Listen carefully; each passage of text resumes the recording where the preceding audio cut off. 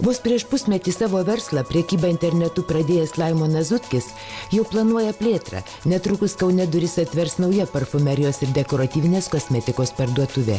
Internetinė prekyba mes jau aktyviai vykdome nuo spalio mėnesio, tai su kiekvienu mėnesiu pardavimai aišku auga. Ir kaip dabar matote, įrenginėjom parduotuvę, norim atidaryti fizinę parduotuvę, kurioje būtų moteriški kvepalai, dekoratyvinė kosmetika ir taip pat būtų visažiščių paslaugos. Taigi šioje patalpoje bus prekybinė veikla, parfumerijos ir kosmetikos parduotuvė, prekyba, o tenai yra mažesnė patalpa, tenai dirbs dvi visažistės, kurios darys makiažus. Laimonas sako manantis, kad dvi parduotuvės internete ir įprasta viena kitą papildys ir verslas augs dar greičiau.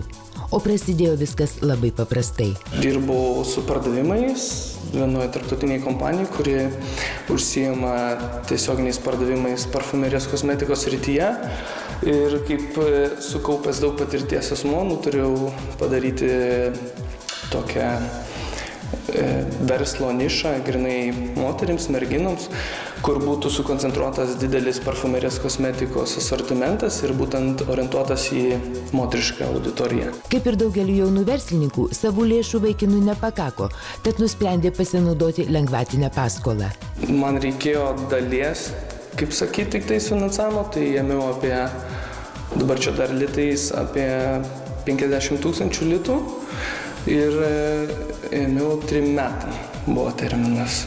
Tai turime metus laiko, virš metų laiko palūkanų kompensavimą iš ES lėšų ir taip pat pasinaudojau darbdavio, kaip sakyti, tokią darbuotojų suteikiamą paramą. Tai turime taip pat subsidijas darbuotojams. Nemažai su Invegos garantija teikiamų lengvatinių paskolų jauniesiems verslininkams suteikusios kredito unijos atstovai pastebi, kad sėkmingai dirba tie, kurie, kaip ir Laimonas, imasi tos srities, kurią išmano. Bet spręsdami ir skirti paskolą, jie atsižvelgia ir į kitus dalykus. Vertinam asmenybę, patį akcininką, įmonės vadovą, jo patirtį, reputaciją, anksčiau nuveiktus darbus. Sekantis dalykas tai yra galimybės grąžinti paskolą.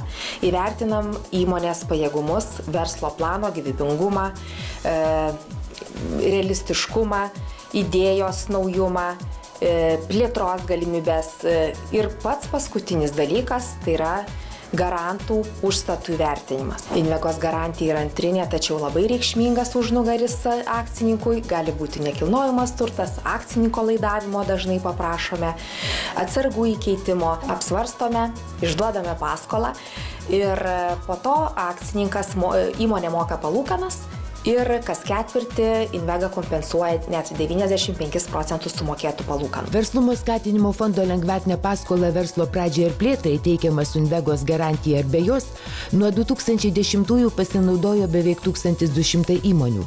Kreiptis dėl paskolos galima iki šių metų rugsėjo pabaigos.